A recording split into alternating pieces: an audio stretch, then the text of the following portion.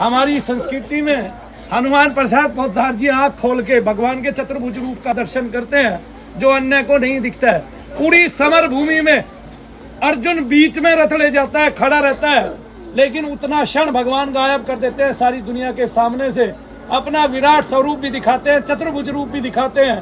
पूरी गीता के 700 श्लोक करके अर्जुन का भ्रम और मोह दूर कर देते हैं। तब भी वो बात किसी को पता नहीं होती, वेद व्यास जी के अलावा, संजय के अलावा और धृतराष्ट्र के अलावा, अर्जुन और भगवान कृष्ण के अलावा युधिष्ठिर तक ये नहीं जान पाता है कि आखिरकार क्या संवाद हुआ है।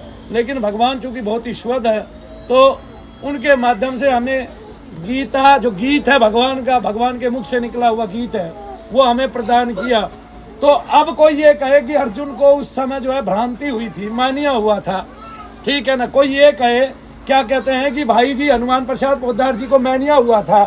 एक प्रेत हनुमान प्रसाद पोद्दार जी के बराबर में खड़ा रहता है और वो कई घंटे तक एक उस पे बैठे रहते हैं, पार्क की बेंच पे बैठे रहते हैं। कई घंटे बाद वही कहते हैं कि भाई तू यहाँ खड़ा है, तो इसका मतलब हनुमान प्रसाद जी को मैनिया नहीं हुआ।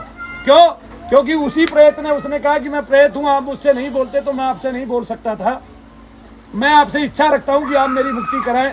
बाद में वो पितृ ऊपर लोकों में गया, फिर वो हनुमान प्रसाद जी से मिलने आता था ऊपर के लोकों से।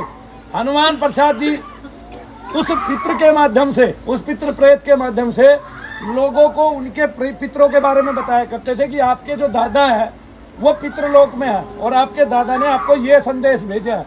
वो डेट के अनुकूल बताए थे कि आपके दादा इस दिन मरे थे, शरीर छोड़ा था इस दिन वो वहाँ लोक में पहुंचे, पितृलोक में, और अभी तक वो पितृलोक में है। और आपके दादा ने आपके लिए ये संदेश भेजा। तो वो जो जानकारी देता था उस आदमी ने पहले कदापि आपकी वो नहीं देखी है।